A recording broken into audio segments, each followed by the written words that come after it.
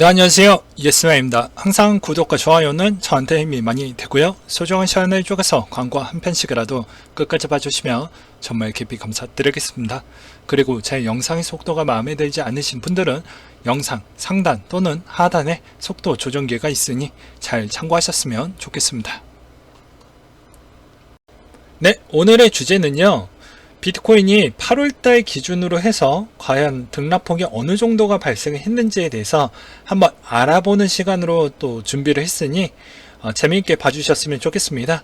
일단 2010년도 8월달 때는 거의 거래량도 거의 없고 뭐 아무것도 없었죠. 그래서 뭐 얼마만큼 하락을 했다 이렇게 확인하기에는 좀 어려운 부분이긴 하는데 기껏 해봐야 뭐 1%에서 2% 사이 정도라는 걸 또 확인을 해볼 수가 있게 되고요. 이렇게 해서 이제 1년이 지나고 2011년도 때로 넘어가게 됩니다. 넘어가게 되면 8월달 부분에 대한 차트를 또 보게 되면 이때부터 8월달이죠. 네, 8월에 대한 또 부분을 보시게 되면 실상 이때부터죠. 네, 이때부터 9월달이 여기 때까지였는데 최대 하락폭이 어떻게 보면은 55% 정도 하락을 했다라는 걸 볼 수가 있게 되겠고, 어느 정도 회복했던 시점을 또 보게 되면 이때 당시에도 8월달 기준점으로 해가지고 보게 되면은 대략 한 40%대까지 또 찍혔다라는 걸 볼 수가 있게 되겠습니다. 그리고 쭉쭉쭉 또 넘겨서 한 해를 또 넘겨서 12년도 거 8월달 거를 또 보게 되면요, 이때는 또 엄청나게 올라가다가 막판에 또 빠졌던 형태를 볼 수가 있게 되겠습니다. 자, 그러면 8월달 이 시점 대비로 해서 여기죠.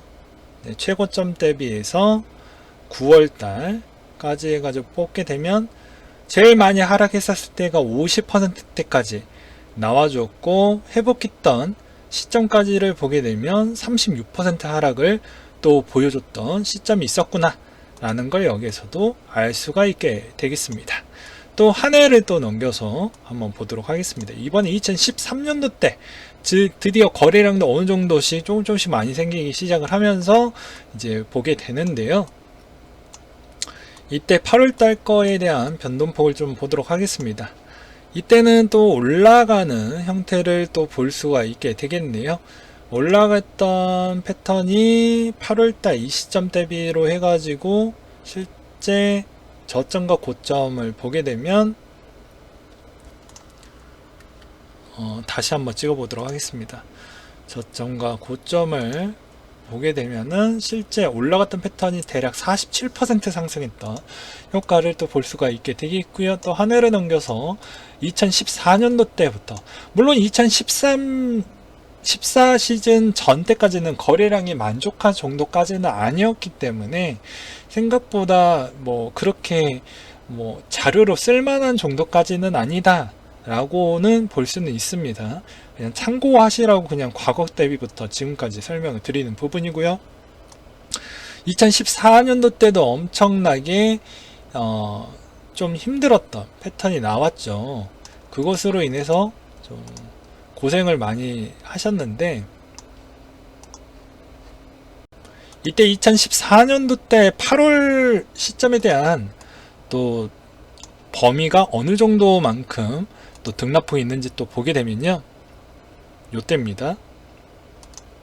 요때인데 9월달까지 보게 되면 거의 26% 하락을 또 보여주었고, 또 2015년도 8월달로 바로 또 넘어가도록 하겠습니다.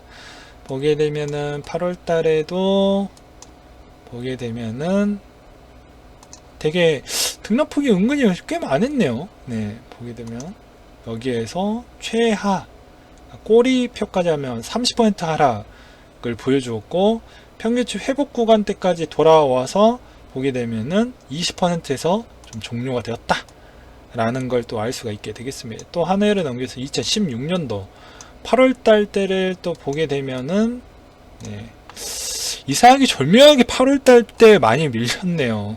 되게 재밌게 보게 되면은 9월달까지 해가지고 직전 거의 한 27% 정도 하락을 보여주었고요. 그리고 회복했던 시점을 또 보게 되면 14%에서 마감이 됐던 모습을 또 볼 수가 있게 되겠습니다. 그리고 2017년도 때도 한번 보도록 하겠습니다. 8월달 때 어땠는지 한번 보도록 하겠는데요. 이번에는 좀 재밌네요. 꽤 많이 올라왔다라는 걸 볼 수가 있습니다. 8월달 시작했던 이 부분에서 보게 되면요, 대략적으로 올라왔던 패턴이 많이 올라왔네요. 거의 90% 이상 올라왔고, 여기에서 또 되게 횡보하고 박스권 구간을 또 보게 되면 되게 30%에서 38% 순이었다 라는 걸 알 수가 있게 되겠고요. 이제 또 지옥이 또 펼쳐지는 2018년도 부분인데, 이때 또 보게 되면은 좀 재미가 없었죠. 네.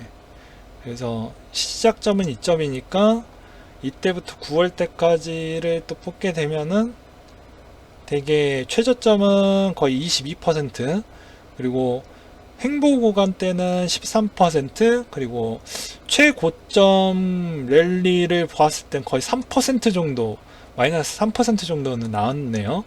그리고 또 여기에서 또 분열로 이제 박살이 난 이후 19년도 이제 8월 달로 넘어가게 됩니다. 8월 달로 보게 되면은 8월 한 달간 추이 올라왔던 최고치는 35%인데 횡보 구간 때는 거의 9월달 끝나가는 이 횡보 구간 때는 거의 13% 였고요. 거의 이제 끝나가는 직전에는 거의 다 회귀를 해서 3에서 한 4% 밖에 수익이 나오지 않는 그런 형상을 볼 수가 있게 되겠습니다.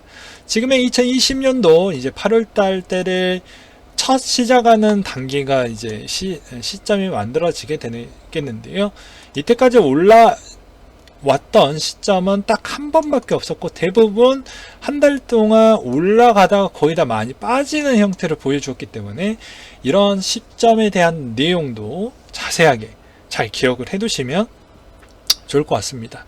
그래서 8월, 9월 달에 별로 좋지 않을 것 같다라는 이야기도 많이 들려오고 있긴 하지만, 제 기준에도 뭐 통상 과거 기반을 또 깔아들고 보기에는 일정 조금씩은 조정을 줄 수가 있으니 이런 점도 좀 체크를 하시면서 봐야 되지 않을까 싶기도 합니다. 아참, 그리고 2014년도 때부터 도미넌스를 좀 보려고 했었는데요. 이렇게 로딩이 너무 길어가지고 확인을 할 수가 없어서 2018년도 때부터 한번 도미넌스를 8월달 기준으로만 해가지고 한번 분석을 해드리도록 하겠습니다. 보게 되면 도미넌스에 대한 위치는 비트코인이 엄청 올라가고 나머지에 대한 알트코인의 도미넌스가 거의 많이 하락하는 모습을 볼 수가 있게 되겠고요. 2019년도 때에 대한 도미넌스를 또 여름 기준으로 보게 되면 이때도 상승에 대한 측면이 좀 나와 주었다가 이제 9월달 되기 직전에 좀 멈춰 줌으로써 알트코인의 도미넌스가 거의 변동상이 없다라는 걸 볼 수가 있게 되겠습니다. 그럼 즉 2020년도 때는 지금의 어떻게 보면은 잡트와 나머지 메이저 코인들이 좀 많이 쉬어가고 있고 도미넌스가 좀 많이 내려갔는데, 이 상태에서 약간 올라갈 수 있는 가능성이 조금 더 높지 않겠냐 라고 볼 수가 있게 되겠습니다. 왜 그러냐면 과거 14, 15, 16 시즌 부분을 보게 되면 14 시즌의 도미넌스가 그렇게 많이 내려가거나 올라가나 그러진 않을 거냐. 15, 16 시즌 때부터는 조금의 변동폭이 있었지만 그래도 완강하게 비트의 도미넌스가 좀 강력하게 잘 버텨주었고요. 실제로 17, 18 시즌 때부터 이제 도미넌스 좀 많이 붕괴되면서 알트의 시대가 도래를 왔었는데, 이번에도 좀 내려온 만큼 비트의 도미넌스가 약간씩 올라오면서 약간씩에 대한 조정이 조금은 보이지 않을까, 이런 생각도 들기도 했었습니다.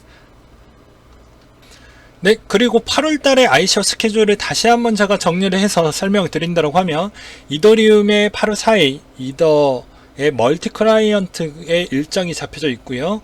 그리고 쭉쭉 내려서 보게 되면 체인링크에 대한 8월 5일날 일정이 잡혀져 있습니다. 아이오타가 8월 5일 개발 업데이트에 대한 일정이 잡혀져 있고요. 펀디엑스도 8월 5일자에 러시아의 AMA에 대한 일정이 잡혀져 있었습니다. 그리고 프로젝트 파이가 8월 7일날 일정이 잡혀져 있고요.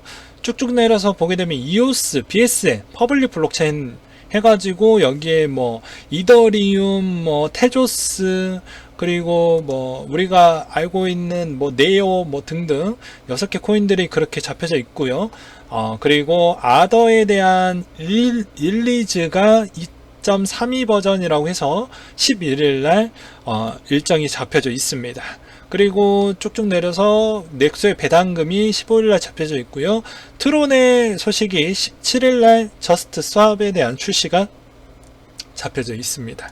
그리고 그 다음 페이지를 또 넘겨서 보게 되면 에이다의 스테이킹 보상이 8월 18일날 일정이 잡혀져 있고요. 그리고 쭉쭉 내려서 보게 되면 퀀텀의 메인넷이 28일, 그리고 아크의 메인넷이 31일자에 일정이 잡혀져 있는 걸 확인을 해볼 수가 있겠고, 그리고 아까 쿼크체인의 디파이에 대한 일정도 같이 있다라는 걸 기억을 해 두셨으면 좋겠습니다. 그리고 트론에 또 스테이킹에 대한 소식이 또 하나가 또 있고요. 그리고 오거에 대한 소식도 또 9월 1일자에 있고, 그리고 아이오타에 대한 또 1.5 버전에 대한 측면의 내용도 31일날 일정이 잡혀져 있으니 잘 참고하셨으면 좋겠습니다. 그리고 저스트에 대한 소식도 8월 31일날 있네요. 네, 오늘은 여기까지 준비를 했고요. 항상 여러분들한테 힘이 되고 도움이 되는 예스맨이 되도록 하겠고, 이상으로 마치도록 하겠습니다.